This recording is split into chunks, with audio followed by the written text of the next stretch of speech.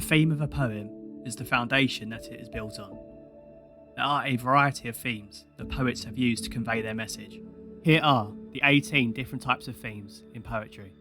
Love. Love is the most famous of these themes, whether it is love for another person, love for nature, or even love for oneself. Love plays an important role in poetry, as it expresses an emotion felt by many of us during our lives. Anne Bradstreet's "To My Dear and Loving Husband" is a great example of the use of love, as it praises the mutual love between the poet and her beloved husband. Death. Just like love, death is a very common theme in poetry. In Edgar Allan Poe's Lenore, he combines the two themes. As a lover and bystander discuss the life and death of a woman, Lenore, a beautiful expression of love alongside reminiscing about someone who has died, brings these two themes together. Religion and spirituality. These themes often come together into the contemplation of the afterlife, a higher power, and the forces that control our everyday lives. Christina Rossetti's Good Friday is a devotional poem about worship or prayer. She used the theme to augment the religious life or faith of the reader. Nature. Nature is undoubtedly one of the most commonly utilised themes in poetry. Poems in this category could speak on the natural world, as we commonly think of it, trees, mountains, etc., and its beauties or dangers. Walt Whitman summed up the interaction between nature and humans. Nature is the only complete, actual poem. Elizabeth Bishop's The Bite expresses this theme as she describes how she herself is part of the natural scenery around her. Beauty. Beauty appears as a theme in poetry in many forms, such as natural beauty and physical human beauty. Poems dedicated to human beauty tend to be in the form of odes. She Walks in Beauty by Lord Byron is an ode that is based on the beauty of a woman, which is believed to be about his cousin Anne Beatrix Wilmot. Aging. The most powerful literary themes are those which touch everyone. Life, death and age are examples of universal considerations that each person, lover of poetry or not, must contend with. Let's take for example Transfiguration by Louisa May Alcott. This is a personal poem written from the poet's own perspective. It details her emotions surrounding her mother's death and tries to paint death as something beautiful, not something to fear. Desire. Speaking of universally relatable themes, desire is undoubtedly an important one. Whether romantic, erotic, or spiritual, desire poems are expansive.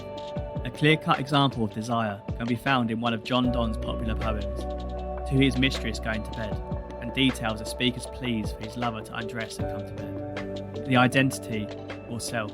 Writings about oneself, especially in a poetic form, were most popular in the 18th and 19th centuries.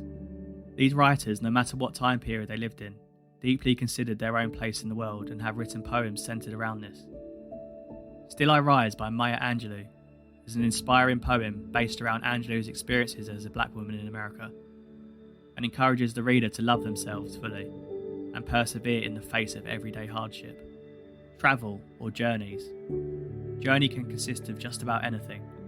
One could be moving physically, travelling from place to place, or be transforming in some significant way. The journey might be somewhere specific that can actually be listed on a map, or somewhere less tangible, such as the afterlife. Billy Collins' poem, Writing in the Afterlife, presents the reader with an interesting depiction of the afterlife from the perspective of a man who is experiencing it. Apocalypse. Throughout time, writers and non-writers have interpreted the end of the world in startlingly different ways. Some see a violent, bloody end to the human race, others something simpler, calmer, and even to be looked forward to. Holy Sonnet 7, At the Round Earth's Imagined Corners Blow by John Donne, contains the speaker's description of Judgment Day and an appeal to God to forgive him for his sins. It begins with the speakers directing angels at the corners of the earth to blow their trumpets and wake the dead. Dreams. Dreams have the potential to change the way we experience the world, negative or positive. They are a reflection, and for some a space of interpretation, of how we live our lives. Many a poet has written about nights ruined by strange and terrible dreams. Dreams by Helen Hunt Jackson is a good example of this. In this text, she speaks about the negative impact dreams can have on one's waking life. They force back into one's conscious mind negative experiences of the past and prolong sadness. Celebration. Poets who take an interest in the theme of celebration might consider traditional holidays worth writing about, or they might revel in the personal victory or a celebration of the self. One very interesting example is More Than Enough by Marge Piercy. This short poem celebrates a single moment in amongst the thriving liveliness of summer. Wellness and recovery. Whether physical or mental, in our increasingly complicated and stressful contemporary world, poems about health inside and out are very relevant. Poets like Sylvia Plath and Elizabeth Bishop channel their own inner lives. Bishop's A Drunkard explores her dependence on alcohol. New life or birth. New life, whether that of spring or summer, or the human-animal variety, is very powerful. This theme can be taken in several different directions, and any poet considering it will understand it differently. Some of the most poignant poems on this theme are about birth. For a contemporary example, a reader should look into Rosie Joyce by Paul Durcan. Durcan's speaker is addressing the birth of his granddaughter. He alternates between speaking on the time before he met her to the time after when he grew to love her in person. Disappointment and failure. Poems written in the wake of disappointment and failure are often some of the most moving. These emotions and experiences are unifying, and reading the eloquent words of another human being who failed as you failed can be therapeutic. Loss and Gain by Henry Wadsworth Longfellow is a good example. In this short poem, he discusses how one might tally losses and gains. He thinks about what it means to compare them to one another and decides it isn't worth it. War.